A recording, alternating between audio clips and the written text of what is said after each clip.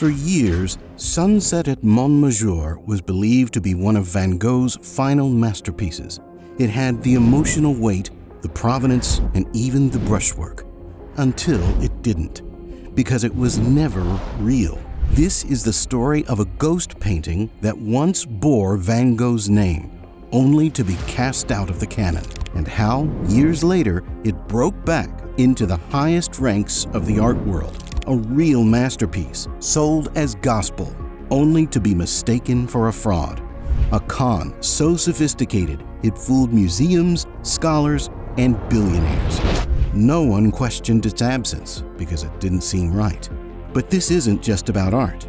It's about how badly people want to believe something is real or not, especially when it costs $80 million. It's about prestige, deception, and the uncomfortable truth that even the best institutions can hang lies on their walls. Welcome to a world where a single signature can rewrite history, and where a real Van Gogh doesn't just fool the eye, it fools the world. Surprise! Not AI, just Tony. A real dude with a voice that keeps fooling the internet. Smash, like, subscribe, and let's remind the bots who runs the show. Chapter 1. The world's most trusted artist. Vincent Van Gogh was not born into fame. He died in obscurity, broke and bleeding, with his ear gone, his mind fractured, and his paintings unsold. But what he left behind wasn't just art. It was the truth, from bleeding honesty in oil and canvas. He didn't just paint to impress. He painted because he had no choice. It was how he lived. Today, Van Gogh's honesty has become legendary. He's more than just a painter, and more than anything, he stands for truth.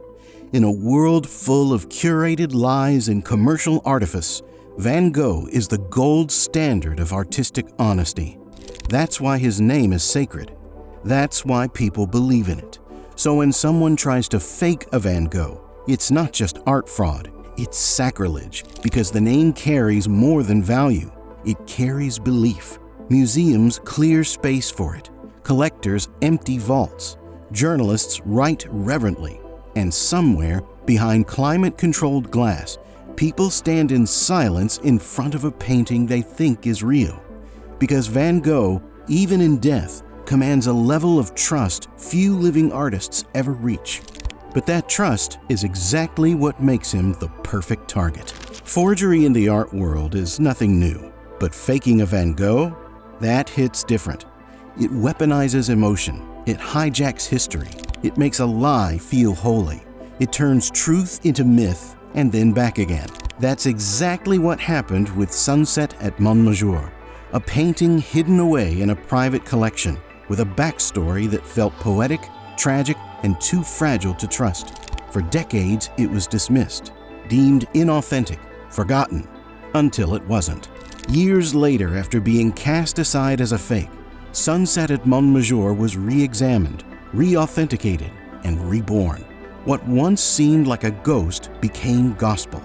A lost Van Gogh, buried by doubt, suddenly stood in the light again. And just like that, a painting once worth nothing was revalued at $80 million. This is the paradox of Van Gogh. A man whose genius was overlooked in life is now used to anoint value and validate prestige. A man who painted through pain is now the standard of truth in a market full of lies. When his name is doubted, it's not just money that's lost, it's meaning. And for the world's most trusted artist, being forgotten may cut even deeper than being forged.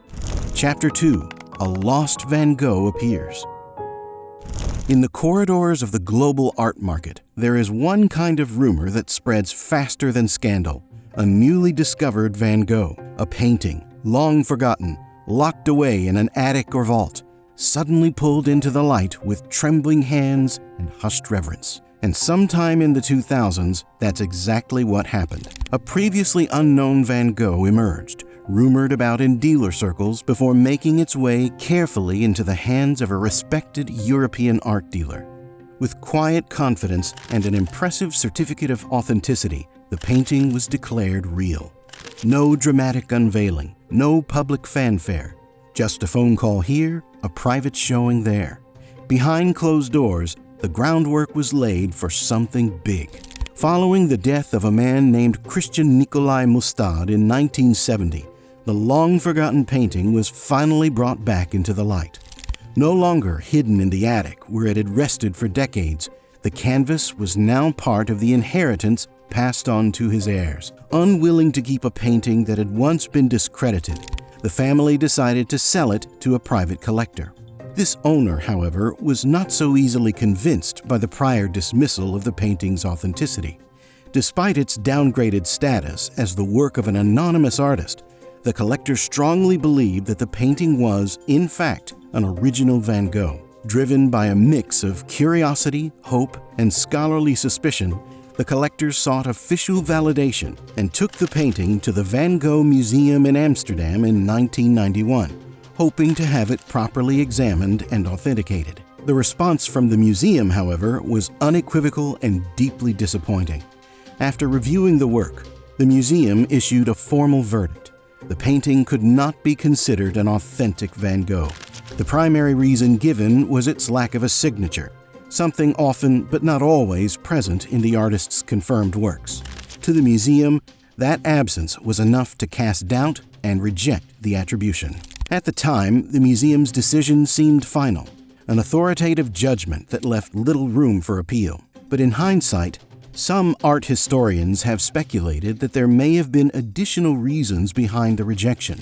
One possible factor was the painting's unusual style, a deviation from Van Gogh's more recognizable brushwork.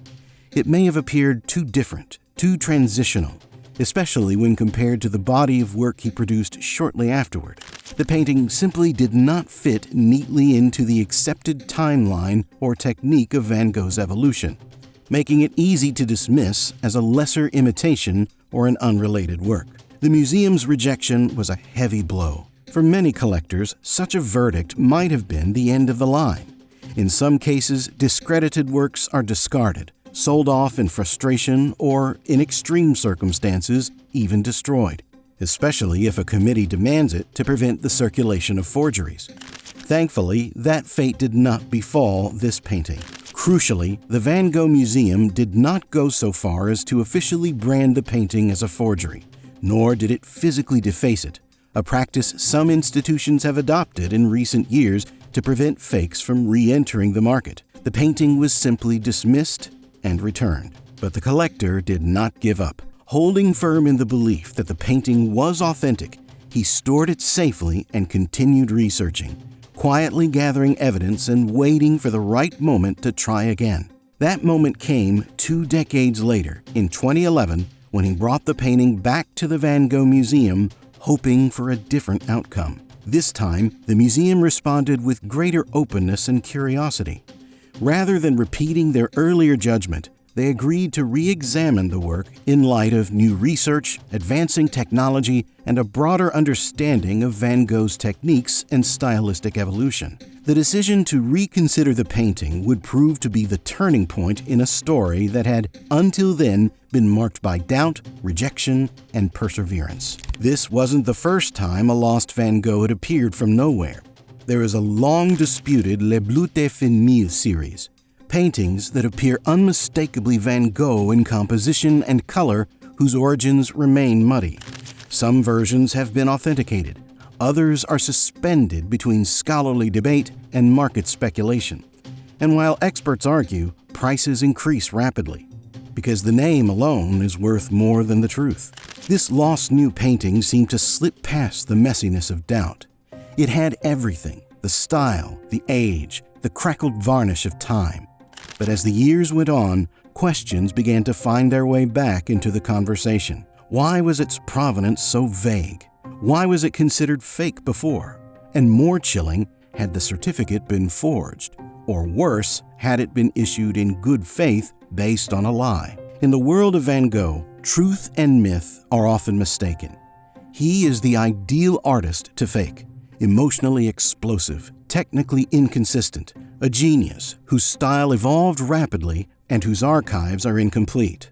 That uncertainty creates space for discovery or deception. Chapter 3.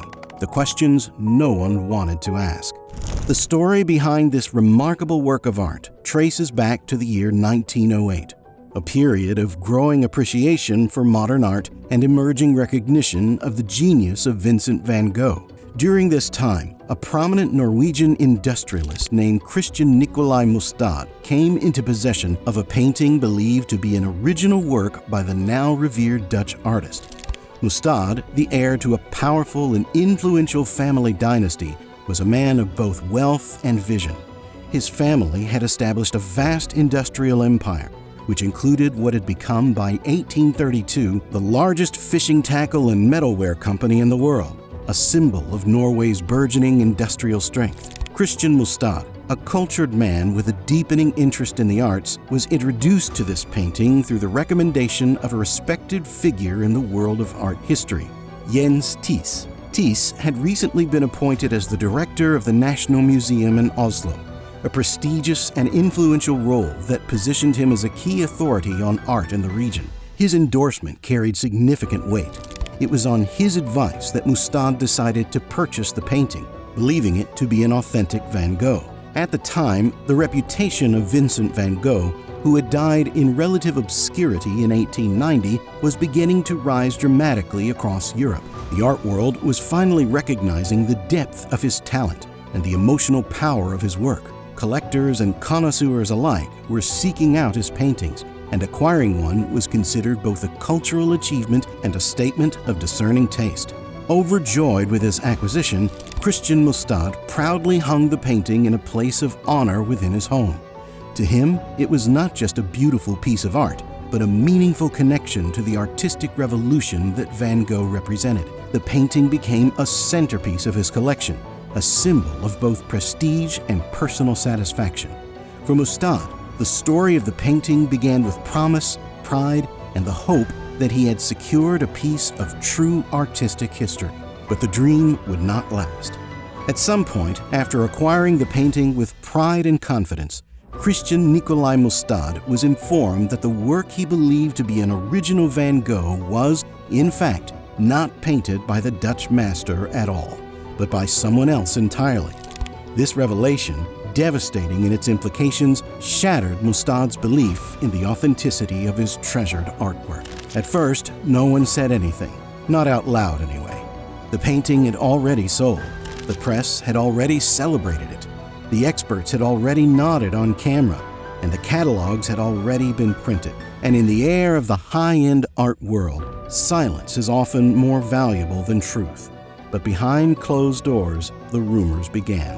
It started with a handful of art historians, quiet figures with deep lines around their eyes and entire lives spent tracing the hand of Vincent van Gogh. They had seen the painting at its unveiling, listened to the lectures, and read the auction house's press release. But something didn't sit right. The color palette was close, too close. The brushwork looked familiar, but oddly calculated. The composition had emotion, but it didn't feel like pain.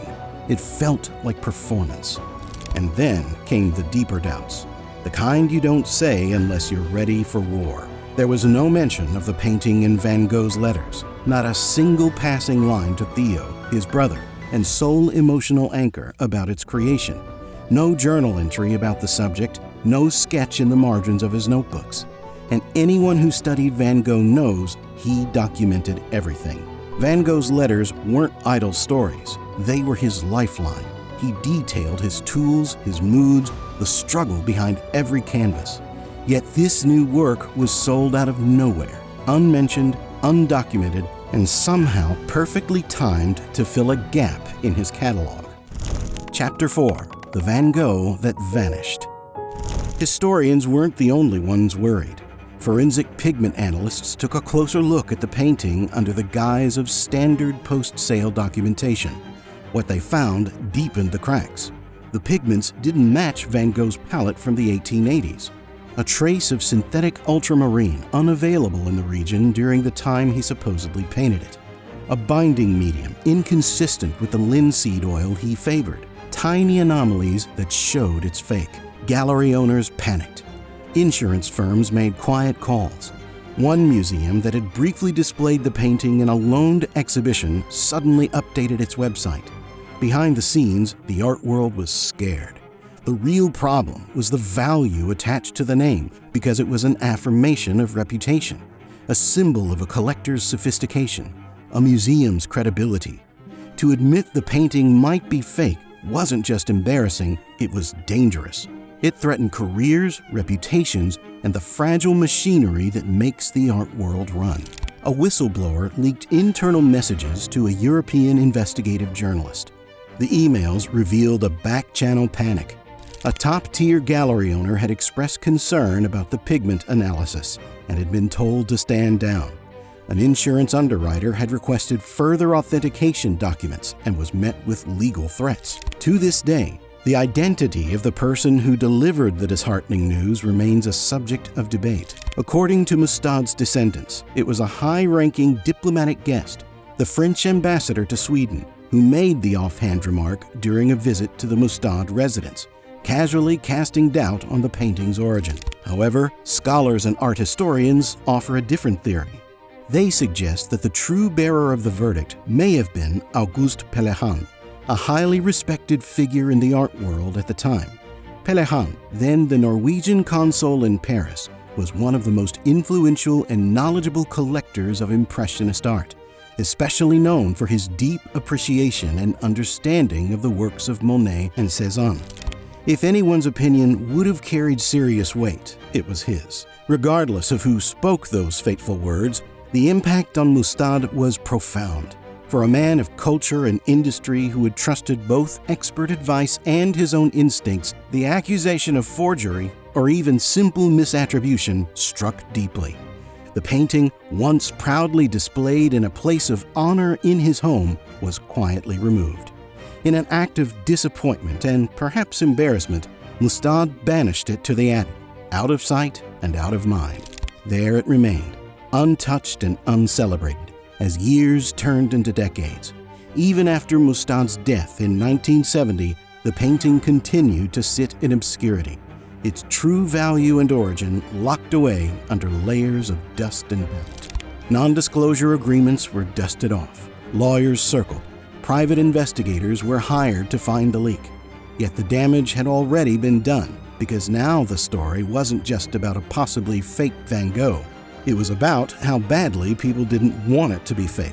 It was about the value of silence, the profit in pretending, and how a name can outweigh fact, science, and historical record. Van Gogh couldn't have known that more than a century later, his name would be worth millions and his soul would be sold again and again. But what if we don't really want the truth, just something expensive that looks like it? Chapter 5. The real cost of belief. The painting was pulled from catalogs, removed from view. It had once hung like a crown jewel, protected by bulletproof glass. The plaque below it read simply, Vincent Van Gogh, 1888. People called it an emotional revelation. The museum's brochures featured it on the cover, like a badge of curatorial brilliance. But eventually, it was gone. It started quietly, like a soft shuffle in the background of the art world. The painting was suddenly under review. The work hadn't been damaged, it had been doubted. Legal letters followed with threats of a lawsuit. But everyone in the room understood how it would play out. The museum that briefly hosted the painting would have to testify, and the collector himself would be humiliated. So it never went to trial. Instead, lawyers in tailored suits met in anonymous boardrooms. A number was agreed upon and NDAs were signed. Statements were drafted and never released, and the painting disappeared as if it had never existed. It was no longer listed in the museum's archives, no longer included in any future exhibition catalogs. The high-resolution images scrubbed from official sites. The Authenticity Board that initially greenlit the sale saw members resign or retreat from public life. Scholars grew more cautious. A once respected authentication committee was quietly dissolved. And then came the chilling realization. This wasn't the only painting with a story like this, because once one Van Gogh falls, the doubt spreads. What about the others? The ones with shaky provenance, poetic backstories, and just enough style to pass. What about the paintings attributed during the rush of rediscoveries in the late 1990s and early 2000s? The ones that filled gaps in Van Gogh's catalog a little too perfectly. This case had opened a crack, and through it, the light hit a much darker truth. We want to find more of Van Gogh because it makes the world feel richer, deeper, more connected to something tragic and beautiful. But that same longing makes us easy to fool. It makes us complicit. Van Gogh himself believed in the slow, painful truth of creation. The modern art market, by contrast, runs on speed and trust sold wholesale. So when Van Gogh vanished, no one wanted to talk about it. Chapter 6. The Ghost of a Master. Imagine two paintings side by side. One is real, since it was touched by the trembling hand of Vincent Van Gogh in a borrowed room, under the weight of poverty and madness. The other is not, and looking at them, you hesitate. The colors are right because it's easy to detect those deep cobalt blues. One canvas shudders with emotion, so does the other. So you ask yourself the question that curators, collectors, even scholars had to confront. Would you have known the difference? For years, no one did. That's the power of an original piece. It doesn't just fool the eye, it flatters the soul. It tells you what you don't want to hear. It gives you the privilege of proximity to foolishness without the burden of truth. And Van Gogh is the perfect ghost. He left no children, no estate, no clear provenance for many of his works. Just letters to Theo, filled with desperation and devotion, and a scattered body of work that evolved wildly in just a few years. He was never famous in his lifetime, which means his legacy was written by others after he died.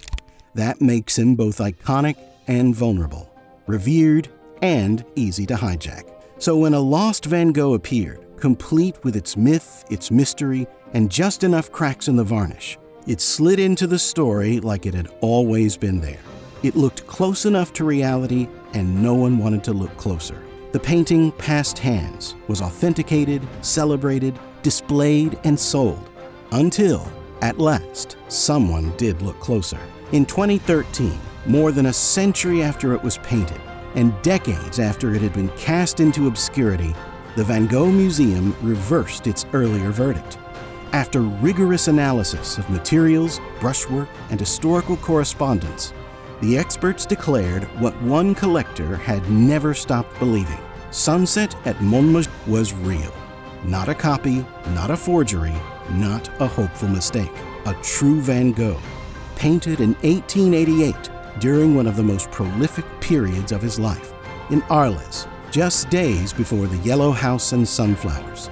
The attic painting, long thought to be a ghost, had come back to life.